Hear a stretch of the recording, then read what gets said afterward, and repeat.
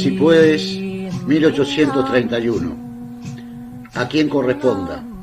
Desde la comunidad charrúa Sisipaleú y Perneucó, y ante reiteradas manifestaciones que con motivo de la conmemoración de los 190 años de la matanza de charrúas en el potrero de Sal Si Puedes, las críticas a la ley número 18.589 y a la adhesión que hizo el 11 de abril del 2021 el Instituto Nacional de Derechos Humanos y Defensoría del Pueblo a la conmemoración del genocidio de la nación charrúa, entendemos necesario llevar a la población en general y quien corresponda en particular las verdades sobre dicho genocidio y la pretensión de exterminio que estuvo a cargo del general Fructuoso Rivera, primer presidente del Estado uruguayo.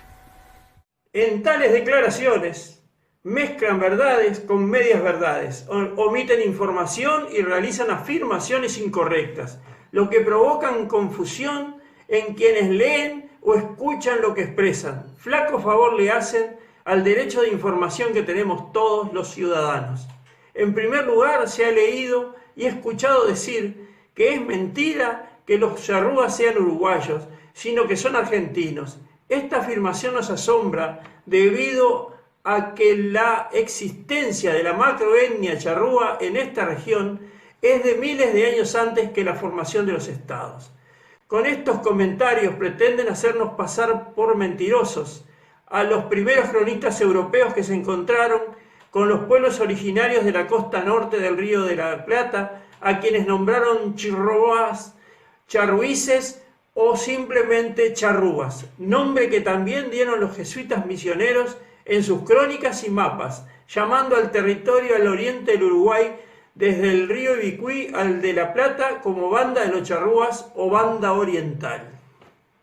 En segundo lugar, una ley que reconoce el 11 de abril como el Día de la Nación Charrúa, coincidiendo la fecha con el comienzo de la pretensión de exterminio de dicha etnia por parte del gobierno del Estado Oriental y a mano de su propio presidente, el general Fructuoso Rivera, fundador del partido político llamado Colorado, y que mandara al Poder Ejecutivo a la difusión de estos hechos, la consideran de una concepción cegada de izquierda o de brutal ignorancia. Columna periodística del doctor Pablo Perna, publicada el 9 de abril del 2021 en el diario Cambio del departamento de Salto. Por nuestra parte, le decimos que nuestra comunidad considera a la ley como de atención humanitaria y reivindicativa de los hechos que procuramente detallan muy bien en sus libros Eduardo Acosta y Lara y José Eduardo Picerno, además de haber olvidado que por la misma Constitución jurada el 18 de julio de 1830, los charrúas son ciudadanos del Estado y que tenían garantía que no se les representaran a la hora de asesinarlo.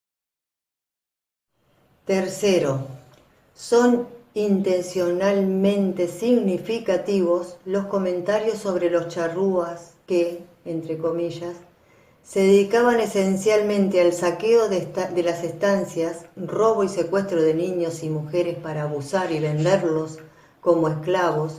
Sus métodos eran de terror, asesinato y quema de pueblos, ranchos y estancias. Cierro comillas. Doctor Pablo Perna, Diario Cambio de Salto, ya citados.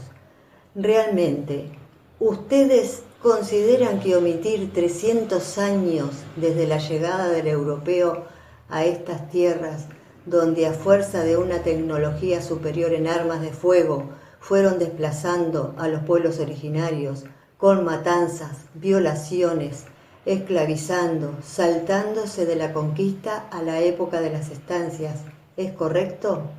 ¿Ustedes no leyeron en Acosta y Lara, en su libro La Guerra de los Charrúas, al que consideramos que está mal titulado, dado que su nombre debería ser La Guerra a los Charrúas?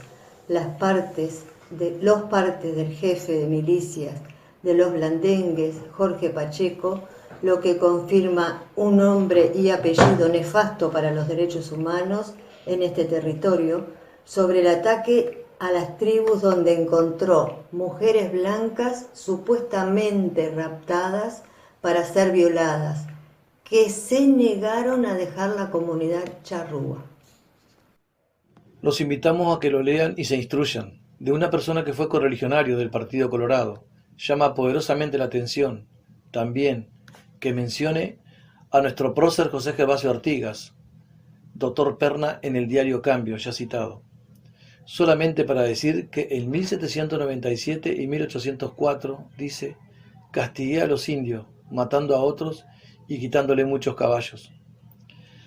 Tenemos conocimiento que esa referencia la dijo Artigas en 1804, cuando está pidiendo su retiro del cuerpo de Blandengues, destinada al rey de España, a través de las autoridades virreinales. Es de destacar que al igual que todos los seres humanos, sean de la etnia, religión, ideología, color de piel, etc., puede haber buenos o malos, por lo que no descarta en principio que Artigas hubiera castigado a algunos malos. Pero vamos a los hechos. Artigas estaba solicitando su retiro y era bueno que dijese ante las autoridades lo que querían escuchar. Ahora le preguntamos, si Artigas era el represor de los charrúas tal y como ustedes lo presentan, lo hubiera acompañado 7 años después del comienzo de la gesta libertadora, participando desde el inicio de la misma, lo que llevó a que los españoles llamaran solamente a este pueblo reunido y armado de tupamaros en toda América Latina por su composición. Y no solo lo acompañaron desde el principio, sino que custodiaron la marcha conocida como la Redota o el Éxodo, frenando el ataque de los portugueses y españoles o liberando posiciones estratégicas para que el ejército y el pueblo que se unió pudieran seguir avanzando.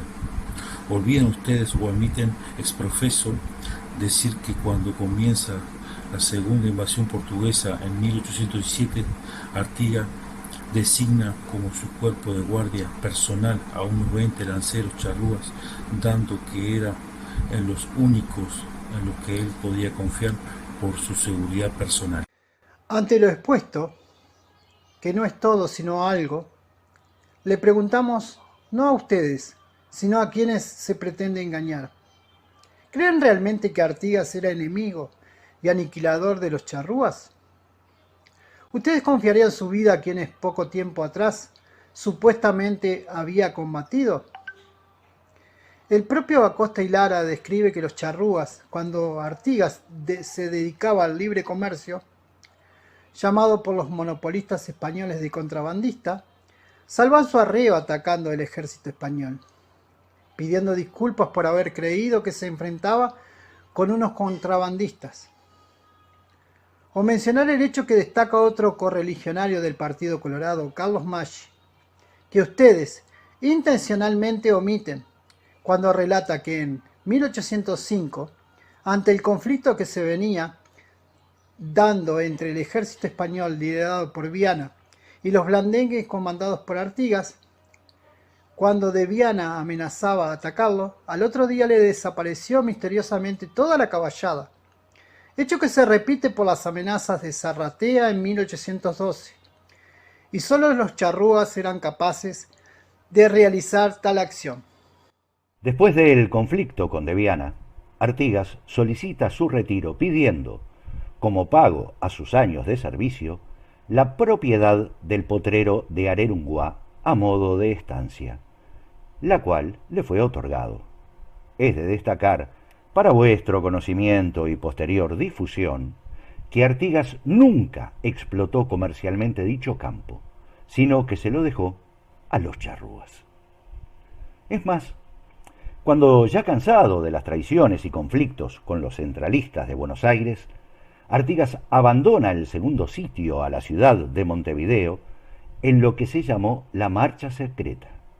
Se retira hacia Arerunguá, donde dice que está la fuente de mis recursos, precisamente territorio charrúa. Y es allí donde se iza la primera bandera federal artiguista. Y ni que hablar del hecho censurado por muchísimos años del trato que, de padre a hijo, le daba Artigas al caciquillo Manuel, también mencionado por Carlos Maggi.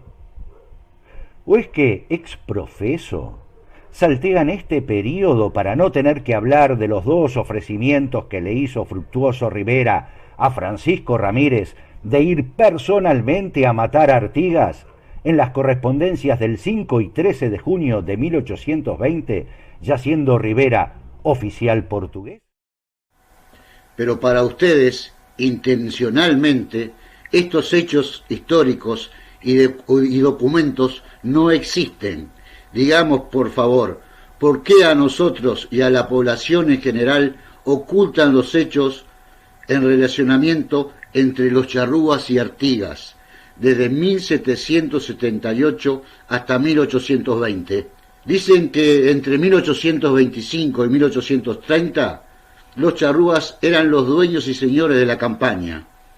Le preguntamos, ¿no les parece demasiado corto el periodo de 5 años para designar como amos y señores de la campaña a quienes ya ocupaban estos territorios desde antes de la llegada de los europeos? Intentan culpar reiteradamente a los gestores de lo que ahora se conoce como Partido Nacional o a los generales Juan Antonio Lavalleja y Manuel Oribe de la persecución y pretensión de exterminio de los charrúas. Y esto es una chicana antigua de todos los integrantes del Partido Colorado, desde la época de los debates periodísticos durante la Guerra Grande.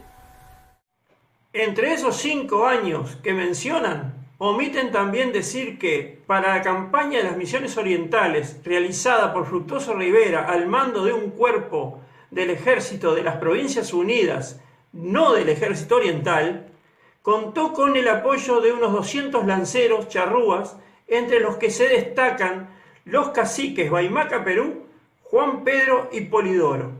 Ustedes mismos transmiten, aunque omiten la frase completa que reza, para contenerlos en adelante y reducirlos a un estado de orden y al mismo tiempo escarmentarlos, que Lavalleja, gobernador, manda a Rivera, comandante general de armas, contra los charrúas a reducir y escarmentarlos. En este sentido, Lavalleja no ordena un exterminio, habla de futuro. Pero no mencionan, además, que Fructuoso Rivera no obedeció la orden recibida de Lavalleja y que le respondió que para los charrúas él tenía otros planes.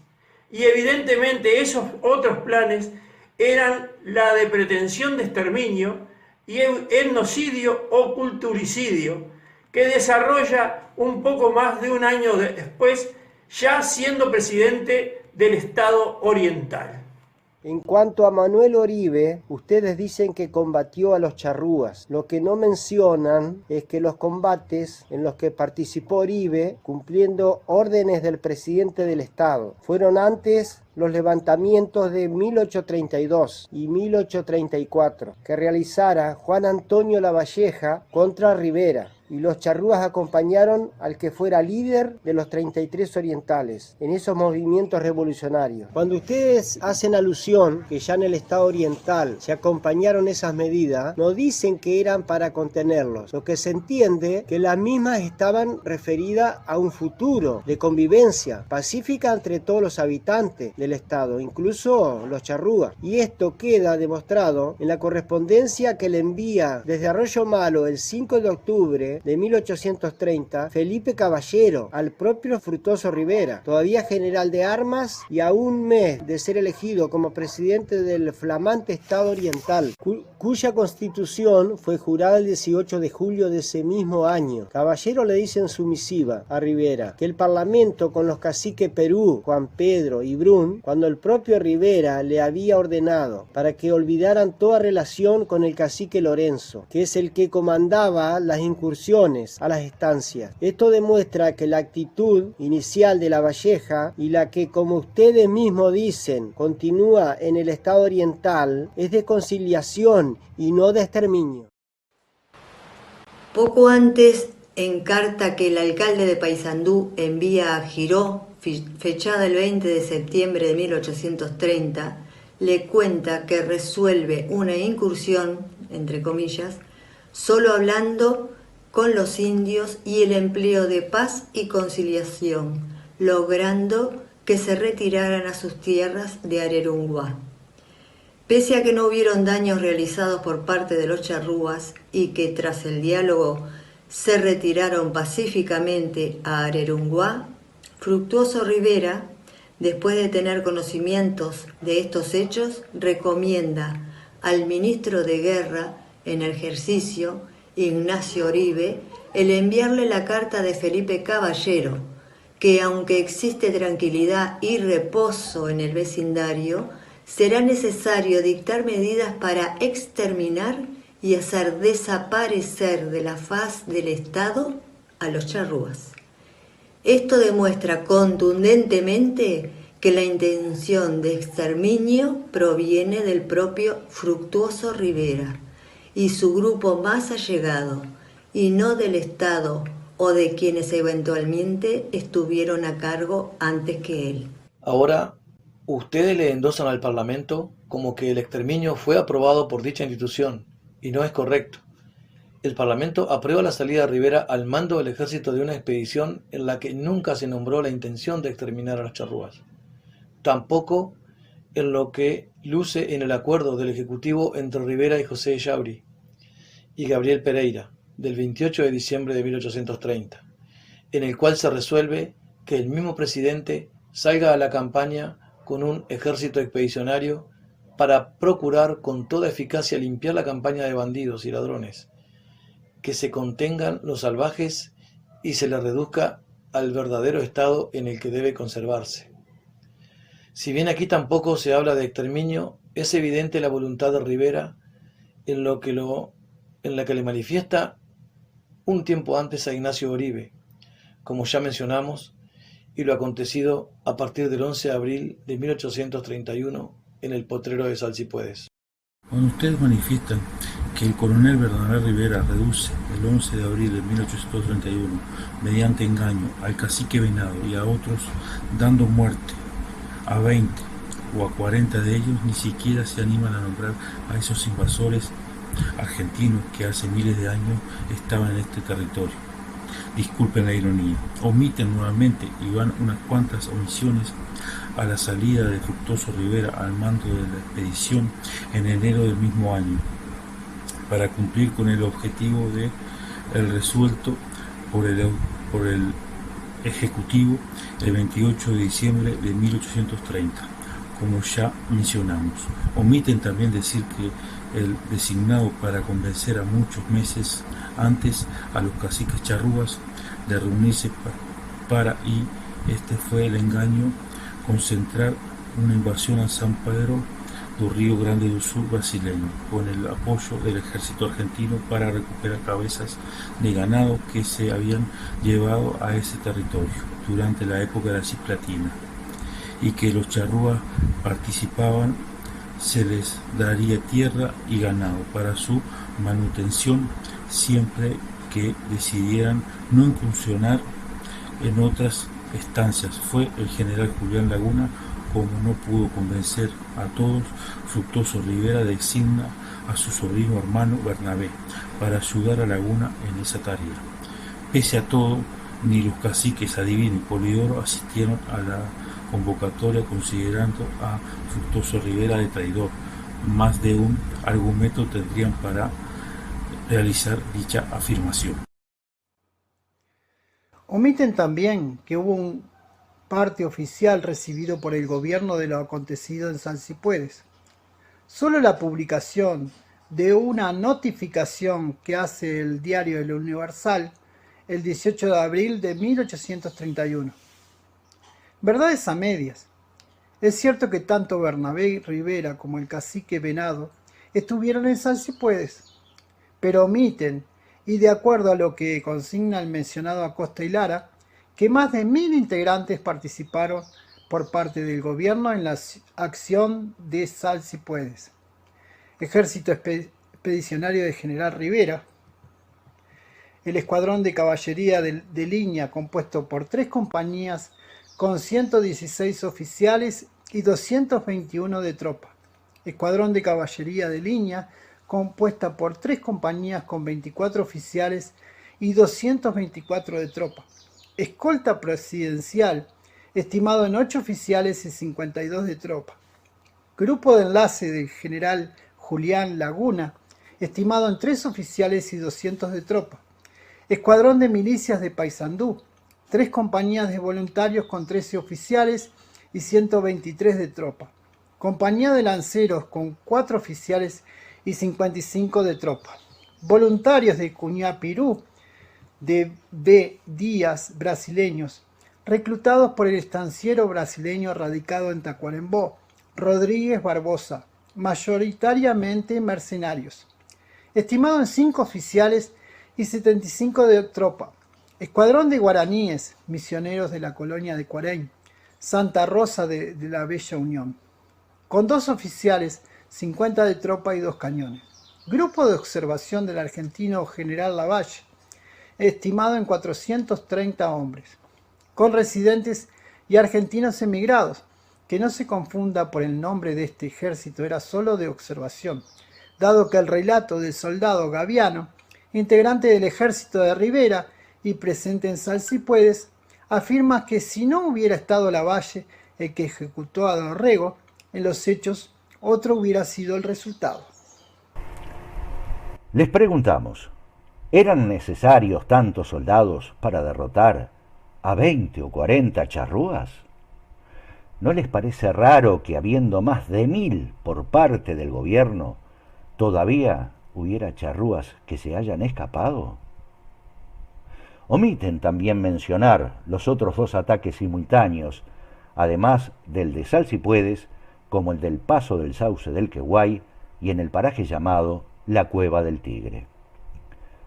Omiten también las matanzas posteriores y prisioneros tomados, tales como las de Mataojo o la estancia del viejo Bonifacio, desarrolladas por Bernabé Rivera, o la de Mataperros, realizada por Magariños. Si bien en carta a Julián Laguna del 28 de marzo de 1831, Fructuoso Rivera se jacta de que lo de Salsipuedes será grande, será lindísimo, y que en dicha acción lograría una obra que los desvelos de 8 virreyes por más de 40 años no lograron. Y en correspondencia a su amigo, confidente y senador del Estado Oriental, el argentino Julián de Gregorio Espinosa, del 12 de abril de 1831, en el que le manifiesta destruir una parte de los bárbaros y sujetar al resto. Y en la misiva que el día 15 le envía al propio Espinosa, en la cual reza que al enviarle una lanza, un arco y carcaj con flechas, un mazo de hondas para tirar la piedra, unas bolas, armas con las que peleaban los charrúas, una estera de junco, un sobeo que le servía para riendas de lazo y un quillapí, le dice: conserva esas memorias de esa tribu salvaje que ya no existe. Tiene que enviar a su sobrino, hermano, Bernabé, a combatir a aquellos que conformaban una tribu que, según Rivera, ya no existen, y avalar además, a través del Poder Ejecutivo en junio de 1831, la designación de Bernabé, firmada por Ellauri, designándolo para conseguir y perseguir a los charrúas. O lo que le escribe a Magariños, comandante de la colonia del Cuareim, Bella Unión, el mismo 15 de abril de 1831, que proceda a exterminar a los muy contados que escaparon.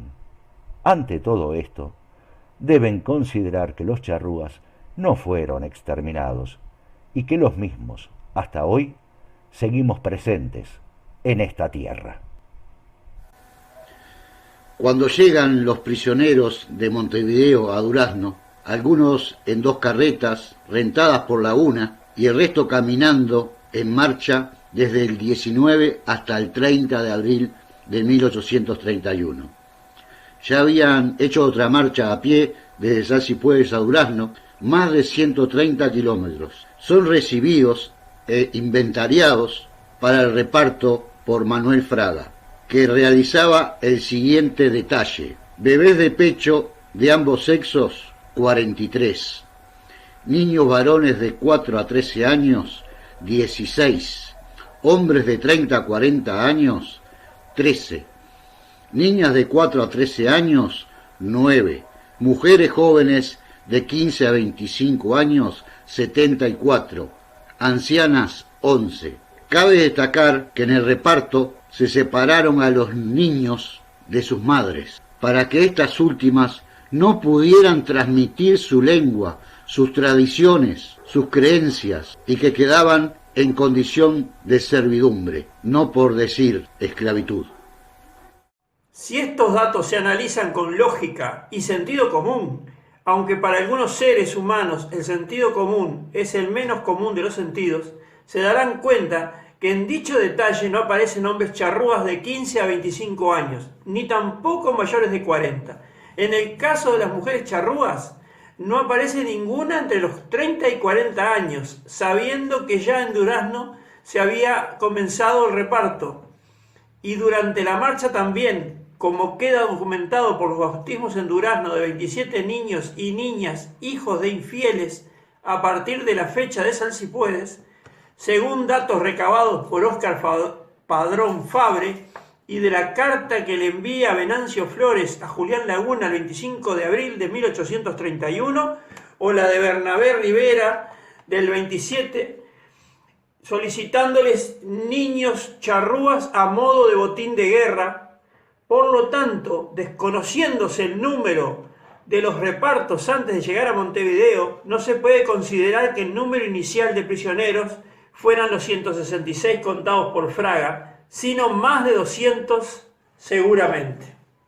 ¿Qué les pasó a las mujeres charrúas entre 25 y 40 años, que no llegó ninguna a Montevideo? ¿Fueron repartidas como botín de guerra para satisfacer a la soldadesca? ¿O quizás fueron guerreras que murieron defendiendo su libertad tras el engaño? Y con los hombres de 15 a 25 años. ¿Y los ancianos? ¿Estos solo eran los 40 que murieron como número máximo, que ustedes, basándose en la notificación que se envió desde Salsipuede al diario El Universal, que no es un parte oficial, el que nunca se redactó ni llegó al gobierno? Si se presentaron de acuerdo a las distintas informaciones, 8 caciques charrúa a Salsipuede, a cada tribu, se componía de 50 aproximadamente. El número se aproxima a los 400, menos los 200 prisioneros, menos los que se escaparon, menos los que se repartieron antes de llegar a Montevideo. La cantidad de muertos en el engaño serían 150 aproximadamente. Ustedes también tergiversan los hechos de Yacaré Cururú al decir que en una emboscada de los charrúas cae prisionero el coronel Bernabé Rivera, cuando todos los documentos y crónicas indican que fue Bernabé que los atacó y persiguió legua y media a lo largo de la costa del Cuaró, y que cuando los charrúas vieron que los del ejército estaban distanciándose por tener los caballos cansados, dieron vuelta y los enfrentaron. Sería interesante que, además de contar el juicio que los charrúas le hicieron a Bernabé Rivera antes de ejecutarlo, también contasen lo que hizo con el cacique Venado y su gente en la estancia del viejo Bonifacio, también tras engaño y ahí sí emboscada, o el Mataojo, o en la batalla de Belén con los sublevados guaraníes misioneros y charrúas de Bella Unión. En la historia hay hechos que tienen sus causas y también sus consecuencias. Contar solo las consecuencias como un hecho aislado no es informar, estimados señores. Comentan también, doctor Perna y Diario Cambio ya mencionados, que en la segunda parte, que vendrá de su nota, hablará sobre Isabel Barú, la que considera la última charrúa que vivió en Salto. Quizás sea más correcto que la mencione como quizás la última charrúa sobreviviente de la que tienen detalles que vivió en Salto, del proceso de matanza que comenzó por el Estado oriental en Salsipuedes. Y con esa presencia, hasta los primeros años de los 900, ¿ustedes pretenden justificar que no hubo genocidio? De acuerdo a la definición otorgada por la Real Academia Española de Letras, que es coincidente con la Corte Penal Internacional de la ONU, el genocidio se comete cuando cualquiera de los siguientes actos perpetrados por la intención de destruir, total o parcialmente, a un grupo nacional, étnico, racial o religioso como tal, lesiones graves a la integridad física o mental de los miembros del grupo, sometimiento intencional del grupo a condiciones de existencia que hayan de acarrear su destrucción física, total, parcial, medidas destinadas a impedir nacimientos en el seno del grupo, traslado por la fuerza de los grupos, de niños del grupo a otro grupo. Por todo lo expuesto, tendremos desde el colectivo Charrúa, Sisipalegu y Pernambuco, que bien ustedes desconocen realmente cómo fueron los hechos y sin embargo se atreven a publicar declaraciones al respecto o sencillamente ocultan y transgiversan información intencionalmente a los efectos de seguir ocultando la verdad de lo que fue el genocidio de la nación charrúa, que fue una masacrada a traición, sí, pero que todavía estamos presentes para reclamar. Memoria Pernambuco Ollendao, por la comunidad Sisipalegu y Pernambuco, Néstor Boda. Bibliografía: Costa y Lara, Eduardo F. La guerra de los charrúas en la banda oriental. 1. Período hispánico. Montevideo, Impresores A. Monteverde, 1961. Acosta y Lara, Eduardo F. La guerra de los charrúas en la banda oriental. 2. Período patrio. Montevideo, Impresores A. Monteverde, 1969-1970. Acosta y Lara, Eduardo F. Nuevos documentos relativos a la muerte del coronel Bernabé Rivera, a 150 años de Yacaré Cururú, Montevideo, Revista de la Facultad de Humanidades y Ciencias, Historia, 1983. Acosta y Lara, Eduardo. Salsipuedes, 1831.